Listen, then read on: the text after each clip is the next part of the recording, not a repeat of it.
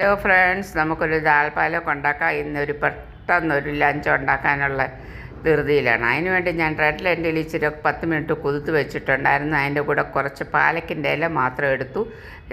അതിൻ്റെ തണ്ട് ഞാൻ കളയുന്നില്ല, അത് നമുക്കൊരു തോരനും വെക്കാം. അതിൻ്റെ കൂടെ ടൊമാറ്റോയും ഉള്ളിയും വെളുത്തുള്ളി പച്ചമുളക് എല്ലാം ചേർത്ത് അതിൻ്റെ കൂടെ ഈ വെള്ളം ഒഴിക്കുന്നത് എന്താണെന്ന് വെച്ചാൽ ഉലുവയുടെ വെള്ളമാണ്. ഞാൻ രാത്രി ഉലുവ കുതിർത്ത് രാവിലെ എഴുന്നേൽക്കുമ്പോൾ അത് കുളിച്ച ശേഷം അത് വെക്കുമ്പോൾ അത് സ്പ്രൗട്ടാവും. അപ്പോൾ പിന്നെ അതും അല്ലേ ആയില്ലേ, സ്പ്രൗട്ടായി കഴിഞ്ഞാൽ പിന്നെ അതും കൂടി ഇതിനകത്ത് ചേർത്ത് പാകത്തിന് വെള്ളവും ഉപ്പും മഞ്ഞൾപ്പൊടിയും എല്ലാം ചേർത്ത് ഒരു 3 വിസിൽ ഞാൻ അടിച്ചെടുക്കുന്നുണ്ട്.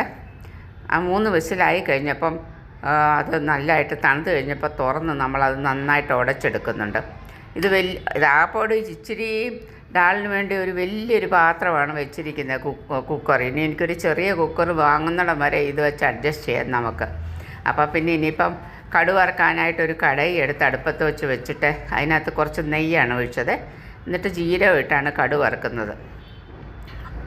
എല്ലാ പണികളും അവിടെ നിരന്ന് കിടക്കുന്നുണ്ട്. പോട്ടെ, സാരമില്ല, ഇന്നത്തെ ദിവസം ഇങ്ങനെ അങ്ങ് പോട്ടെ.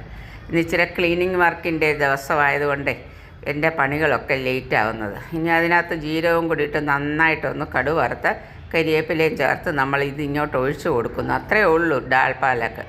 ഇത് എനിക്ക് ഡയറ്റ് ഫുഡായിട്ടും നമ്മൾ യൂസ് ചെയ്യാറുണ്ട്. ഓട്സ് രാത്രി ഇതിനകത്ത് ഓട്സ് ചേർത്ത് ബാക്കി വരുന്ന ഡാലിനകത്തോട്ട് ഓട്സ് ഇട്ട് നമ്മൾ ഓട്സ് കിച്ചടിയാക്കും. പിന്നെ അതിൻ്റെ തണ്ടെല്ലാം കൂടെ പാലക്കിൻ്റെ തണ്ടെല്ലാം സാധാരണ കളയുക പതിവ്.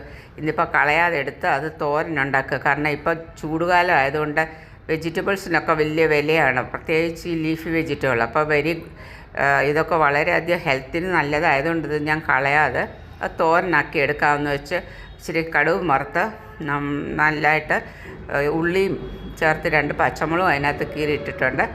ചേർത്ത് അത് നന്നായിട്ടൊന്ന് വഴറ്റിയെടുത്തപ്പോൾ തന്നെ അത് വെന്തു. ഇച്ചിരി മഞ്ഞൾപ്പൊടിയും ചേർത്ത് തേങ്ങയ്ക്ക് പകരം ഞാൻ ഇച്ചിരി ഗ്രൗണ്ട് നട്ട് പൗഡറാണ് തേച്ചത്. നമ്മളിങ്ങനെ ഗ്രൗണ്ട് നട്ട് പൊടിച്ച് വെക്കാറുണ്ട് ഇവിടെ, തേങ്ങയൊക്കെ ഇല്ലാത്ത സമയത്ത് നമുക്ക് യൂസ് ചെയ്യാൻ വേണ്ടിയിട്ട്. പിന്നെ അതിൻ്റെ കൂടെ ഞാൻ ഇന്നുണ്ടാക്കിയതൊരു ബാക്കറിയാണ്. ഇത് മില്ലറ്റിൻ്റെ ബാക്കറി, ബാജ്ര എന്ന് പറഞ്ഞ മില്ലറ്റിൻ്റെ ബാക്കറിയാണ്. പിന്നെ വെണ്ടയ്ക്ക മെഴുക്കുവരട്ടി, തൈര്, സലാഡ് എല്ലാം കൂടി സുഖമായിട്ടൊരു ലഞ്ചായിരുന്നു നിന്ന്.